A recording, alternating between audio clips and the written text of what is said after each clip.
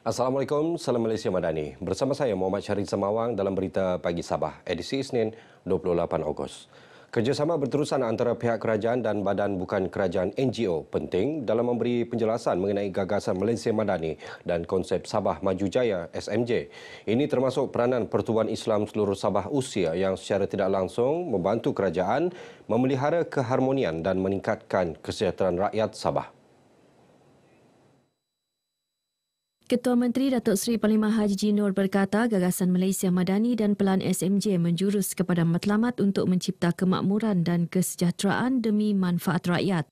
Beliau berucap merasmikan Majlis Penangguhan Forum Malaysia Madani, keharmonian dalam kepelbagaian, pelaksanaan WEM2K peringkat Zon Tawau dan upacara menandatangani MOU antara Usia dan IKDAR di Dewan Masyarakat Tawau. Dalam perkembangan berkaitan, Datuk Haji menjelaskan Pelan SMJ terbukti berjaya membawa pembangunan kepada Sabah dengan pencapaian dalam sektor pembangunan ekonomi. Tahun lepas, Sabah berjaya mencapai rekod tertinggi dalam sejarah perdagangan apabila mencatat peningkatan 35.4% iaitu RM118.1 bilion. Sementara itu, seramai 3,963 ketua adat di Sabah akan mendapat purata 48% kenaikan allowance bulanan bermula September ini. Langkah itu memberi manfaat kepada 57 ketua daerah, 272 ketua anak negeri, 648 wakil ketua anak negeri, 2,810 ketua kampung dan 176 kapitan di seluruh Sabah. Bagi allowance bulanan, ketua daerah dinaikkan kepada RM3,500, ketua anak negeri RM2,500, wakil ketua anak negeri RM1,300, ketua kampung dan kapitan RM1,200. Menurut Ketua Menteri Datuk Seri Parlimen Haji Nur, antara justifikasi kenaikan ialah sebagai pengiktirafan kedudukan terhormat ketua adat dalam masyarakat, termasuk peranan mereka sebagai hakim di Mahkamah Anak Negeri dan menampung perbelanjaan ketika menghadiri mesyuarat, kursus dan majlis rasmi di luar daerah. Komuniti setempat berperanan penting membantu golongan memerlukan, khususnya bekalan darah. Kerana itu, kempen derma darah anjuran Persatuan Penganut Dewa Wei Sheng Kuong berjaya mengutip lebih 100 unit darah untuk mengisi tabung darah di hospital memerlukan di negeri ini. Menteri Pembangunan Usahawan dan Koperasi Datuk Ewan Benedict yang juga ahli Parlimen Penampang hadir menyempurnakan program ini selain turut menderma darah. Menyelamat nyawa ini merupakan tanggungjawab bersama. Dalam erti kata lain, menyelamat nyawa juga boleh dilaksanakan dalam bentuk kempen menderma darah, terutama bagi membantu pesakit-pesakit thalassemia dan juga mereka yang melakukan operasi ataupun pembedahan. Dalam program ini, Datuk Ewan turut menyempurnakan penyampaian sumbangan berupa beras dan keperluan dapur kepada kira-kira 250 penerima dalam kawasan Penampang. Kita untuk tolong orang miskin ke habis hospital darah tidak cukup. Dalam darah kita setiap tahun ada 3 kali sampai 4 kali dah. Memang menggalakkan, memang ramai juga orang datang di sini. Asal ada macam derma darah, memang semua pun orang datang, tidak pilih apa bangsa pun, semua pun datang pergi derma darah sini. Untuk membantu pada pengguna di hospital lah, terutama sekali yang memerlukan darah. Satu lagi kebaikan dia kalau ramai yang pergi menderma kan boleh membantu untuk menyelamatkan nyawa lah. Program derma darah ini kan dia sesuatu yang bagus lah untuk rakyat sebab dia boleh membantu rakyat macam dalam hospital kita kekurangan darah kan. Saya harap program ini akan sentiasa dijalankan lah setiap tahun lah untuk menambah darah di bank darah di hospital. Timbalan Menteri Pendidikan Tinggi Datuk Muhammad Yusof Abdal meluangkan masa menziarahi Dayangku Siti Masyitah Awangku Sulaiman, mahasiswa tahun 2 jurusan Hubungan Antarabangsa Universiti Malaysia Sabah UMS yang sedang menerima rawatan di Hospital Queen Elizabeth, Kota Kinabalu semalam. Dayangku Siti Masyitah dimasukkan ke hospital sejak 2 bulan lalu dan telah kehilangan kedua-dua belah tangan dan kaki disebabkan komplikasi penyakit appendix. Kehadiran pihak Kementerian Pendidikan Tinggi KPT adalah sebagai tanda sokongan kepada pelajar dan ahli keluarga mereka serta komitmen keprihatinan berterusan Kementerian terhadap kebajikan dan kesejahteraan siswa. Dato' Muhammad Yusuf Abdal berkata demikian semasa menyalurkan bantuan bagi pihak Yayasan Kebajikan Siswa YKS kepada waris pelajar. Ilmu pengurusan jenazah penting dan perlu didedahkan kepada umum terutama belia supaya mudah dilaksanakan sekiranya berlaku kematian dalam kalangan ahli keluarga. Timbalan Menteri Sumber Manusia Mustafa Sakmud yang juga ahli Parlimen Sepanggar berkata, program bengkel pengurusan jenazah sangat baik dan memberi impak positif kepada semua lapisan masyarakat. Ini satu petanda yang baiklah kepada kampung ini, terutamanya bahawa kesedaran beragama di kalangan belia semakin meningkat dan kita harap ramai lagi belia-belia yang ada di sana untuk sama-sama kita berada di masjid untuk mengimarahkan masjid dan juga kita belajar ilmu-ilmu seperti pengurusan jenazah ini.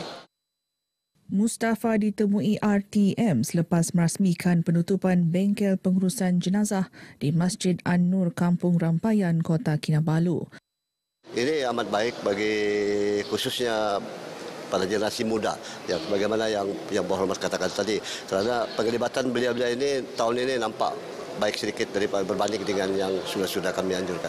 Manfaat dia bagi saya banyaklah, lagi-lagi bagi kami yang belia yang muda ni kan, sebab walaupun dia fardu kifayah, tapi sebaiknya kita perlu pelajari ya, sebab kita tidak tahu kan kita punya masa keluarga kita. Jadi bila sampai ke masa keluarga kita, kita boleh buat jasa yang terakhirlah untuk keluarga. Aktiviti-aktiviti yang lebih baik saya lihat dari segi praktikal lah. Kami buat sendiri macam mana cara mandi, mengafan dan kami cara untuk mengebumikan jenazah. Dari segi praktikal lah pada pendapat saya. Dia lebih memberikan kami manfaat daripada segi praktikal. Kira-kira 100 peserta menyertai bengkel sehari ini. Seramai 700 ahli kawasan rukun tetangga KRT dari Sandakan, Beluran, Kinabatangan, Tongot dan Telupit menjayakan program Semarak Hari Kebangsaan dan Hari Malaysia di Sandakan. Ahli Parlimen Sandakan Vivian Wong Sherie menyifatkan program tersebut jelas menunjukkan keutuhan perpaduan dalam kalangan ahli KRT menzahirkan semangatkan cinta negara. Saya berharap program seperti ini boleh selalu dianjurkan untuk memupuk semangat perpaduan di kalangan masyarakat dan terutamanya di kalangan warga-warga belia kami. Jadi berharap next program kami boleh juga menarik lebih banyak golongan belia untuk join program-program KRT kami di sini. Vivian ditemui pemberita selepas merasmikan program tersebut di Dewan Masyarakat Sandakan. Sempena dengan Bulan Kebangsaan, Semarak Kebangsaan dan sambutan Hari Malaysia 2023, Jabatan Perpaduan Negara dan Integrasi Nasional menyuruh agar semua KRT di negeri Sabah ini untuk mengibarkan jalur gemilang di kawasan rukun tetangga masing-masing. Sambutan Hari Sabah yang disambut pada 31 Ogos ini di daerah Tamunan mampu memberi sinar baharu kepada rakyat negeri ini. Pengerusi Majlis Pimpinan Keadilan Negeri MPN Sabah Datuk Dr. Sangkar Rasam berkata antaranya dalam usaha mengembalikan hak-hak Sabah seperti yang termaktub dalam Perjanjian Malaysia 1963 MA 63. Hak-hak orang-orang Sabah itu dipelihara, dijaga dan mana-mana yang mungkin terkurang generasi kita perlu menuntut supaya akan diberi satu persatu sehinggalah suatu ketika nanti keperluan kita dipenuhi ataupun perjanjian itu dipenuhi. Datuk Sangkar ditemui media di Keningau. Beliau percaya kerajaan perpaduan yang diterajui Perdana Menteri Datuk Seri Anwar Ibrahim dapat mengembalikan hak-hak Sabah seperti yang selayaknya selaras sejarah pembentukan Persekutuan Malaysia. Dalam majlis ini, beliau menyampaikan sumbangan RM10,000 kepada alumni Sekolah Menengah Kebangsaan Keningau II. Hampir 500 peserta terdiri daripada petugas kesihatan serta pelbagai agensi awam, badan bukan kerajaan NGO, institusi pendidikan, sekolah dan komuniti menjayakan program Gotong Royong Mega Merdeka Perangi Edis 2023. Program dianjurkan Pejabat Kesihatan Kawasan Sandakan sempena sambutan Bulan Kebangsaan. Hari ini kita adakan gotong royong mega Merdeka kerana kita laksanakan pada bulan Ogos, bulan Merdeka. Dan ini adalah kali kedua kita laksanakan pada tahun ini.